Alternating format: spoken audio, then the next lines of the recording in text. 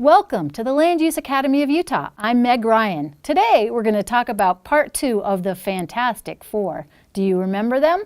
Let's recap. The first one is how to write your own meeting rules. That's Rules and Procedures, Title 10, Chapter 3. That's what we're going to do today, so hold on. And then number 2 is the Open and Public Meetings Act. That's OPMA. Remember, we love acronyms in planning.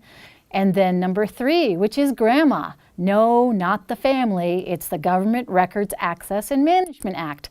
That's where we learn how the public has right to access our information.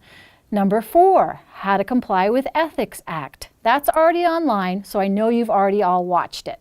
Here's our agenda for the next few minutes. And remember, every good meeting has an agenda. I'm going to tell you what the state requires, where you can find it, and the resources you have to figure out how to comply. You get to do all the heavy lifting. So in the public sector, we've traded efficiency for transparency. We're doing the public's business in public. This means that we have an extra set of rules that we need to comply with, what we're going to talk about today. So there are no mandatory rules set down by the state legislature for city or town council meetings. However, they say you must have your own rules and procedures.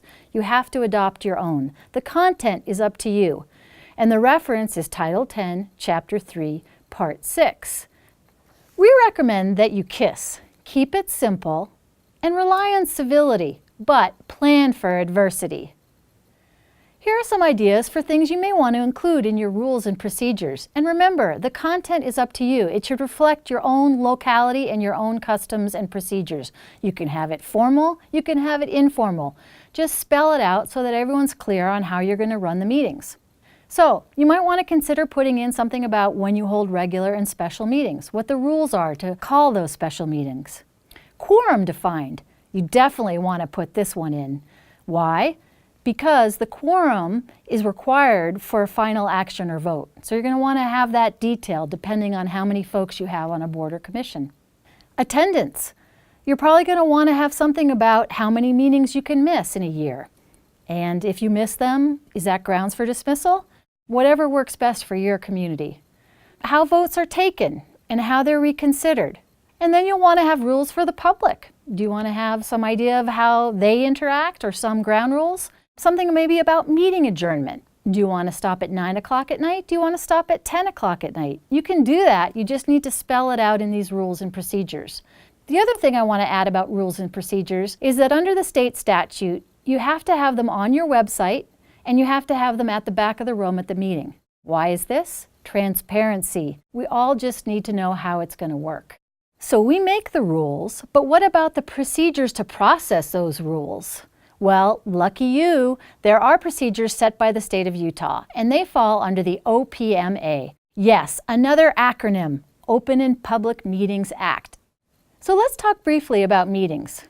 We all know that you run smooth, efficient, informative, and entertaining meetings. They go fast and quick, and there's never any issue. Right. They are what they are. We all have to figure out a good way to process through meetings. They are the form that we have to date that informs us, both the government on one side and the citizens on the other, about the land use processes that we're dealing with. I always say it's a two-way street. We are there as much to be informed as to inform the public, and they are there to educate us on items we may have missed as well. So let's talk a little bit about the difference between a public meeting and a public hearing. So a public meeting is required by law to be open to the public and noticed. So we can hold a meeting with the Planning Commission and we can talk amongst ourselves about a work plan item or an upcoming meeting, but we don't need to involve the public. So when is input required? Well, let's shift to that, a public hearing. So a public hearing is an item that's specifically on your agenda in the public meeting that is open to the public. Let's talk about an example of that. So we have our agenda, it's a public meeting, and then we have an item on the agenda that requires a public hearing. So this public hearing serves a purpose. It's to inform the public and to let them speak and inform us. It happens within that public meeting. It's also specifically noticed and posted. So let's talk about that for a minute. Can we limit the time of input? Well, there's nothing in the state statute that says there has to be a set time limit.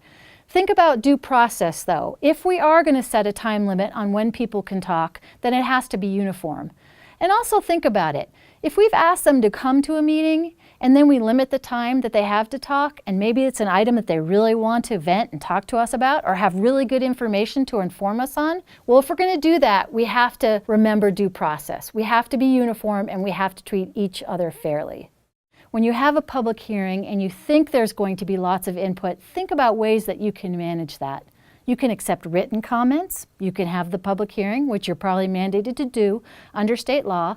There's also blog sites. There's the old-fashioned way of setting up a booth outside the supermarket on a Saturday morning. So think about all the ways that we can accept that input. But particularly at the public hearing, think about how you structure that beforehand.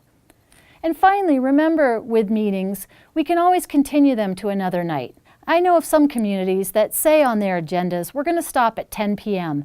because really after 10 p.m., after a long day, with an item that really is going to affect our community for the long term, maybe we should continue this and pursue the conversation further so we can get it right. All right, we've talked about meetings, we've talked about the public hearing within the public meeting, remember? Now let's talk about notice. And I think this is important for several reasons. I like to say we give as good as we get. What do I mean by that? Well, what are we asking of the public when we ask them to come to these meetings? What is it that we're putting out there so they know what to come and talk about? Let's look at what's required by the state statute to actually publish notice for meetings. All the state asks of us is to give basically the notice of the date, time, and place of the first public hearing, and beyond that, it's up to us. In general, this is all that's required. So let's look at an example of what we typically do. I'm not picking on anyone in particular. This just happened to be one I picked off the website, so sorry, Daggett County. So in this notice, they have the date, time, and the place. Great, thank you, you complied with the statute. But let's get to the meat of what they're asking folks to come comment on. It says here the request is to change the A20 to the R1/2. Okay, anyone outside of you planning geeks know what that means? Perhaps we could look at it a little differently and say in some plain language, we're looking at a request to change agricultural land to high-density residential. This is a policy decision that we're going to be debating. So before we make any changes to the law, please come, give us your input, your thoughts, your feelings, your raw emotions. How do you really feel about changing ag to residential? Are you happy? Are you sad? See what I mean? A little different twist. We give as good as we get. So the more information we can give to the public, maybe the better input we'll get. Tell them exactly what we're asking of them. Maybe it will go a long way. Maybe it won't, but let's take another try. Let's take a look at a sample agenda. This is the We Got It Right City Planning Commission agenda.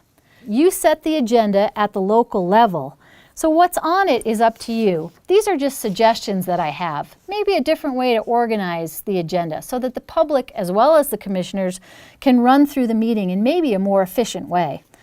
So I've separated items out into administrative, legislative, and maybe you could even add action items at the end. So I've separated them because it's important to remember what hat you wear when you're making action on an item. And remember, you can refer back to our What Hat Do You Wear video so you can refresh yourself on how you move through those agenda items.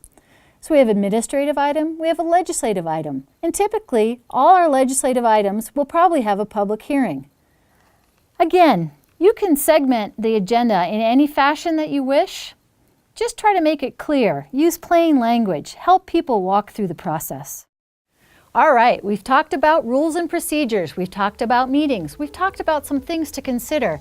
And remember, these are suggestions. It's up to you to craft your own rules and procedures that fit your own community. But let's recap as well on the Fantastic Four. Rules and procedures, we just talked about that today, Open and Public Meetings Act, GRAMA, and the Ethics Act. 4 things that you all need to know. So we've provided you a good start to get on your way to draft those rules and procedures. But remember, always consult your city attorney before you adopt any resolution or ordinance. So now, go forth and meet